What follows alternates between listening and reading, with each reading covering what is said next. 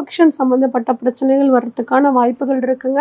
கொஞ்சம் உடல் ஆரோக்கிய விஷயத்தில் மீனராசிக்காரங்க முதல் சுற்றில் இருக்கிறவங்களாகட்டும், சனியோட 2வது சுற்றில் இருக்கிறவங்களாகட்டும், 3வது சுற்றில் இருக்கிறவங்களாகட்டும் உடல் ஆரோக்கியத்தில் மட்டும் கொஞ்சம் கவனமாக இருந்துக்கிறது ரொம்பவே நல்லதுங்க.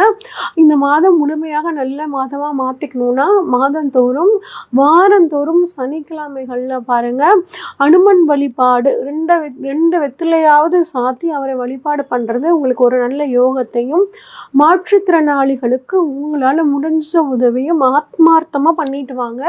உங்களுக்கு எல்லா நாளும் நல்ல நாளாக அமையும். இது வரைக்கும் நம்ம பார்த்தது எல்லாம் பொதுவான பலன்கள் தாங்க. இந்த மாதம் பாருங்கள், போன மாதம் நிறைய குரு பயிற்சி, ராகு பயிற்சி, சனி பயிற்சி, இந்த மாதிரி எல்லா விதமான பயிற்சிகளும் இருக்குது.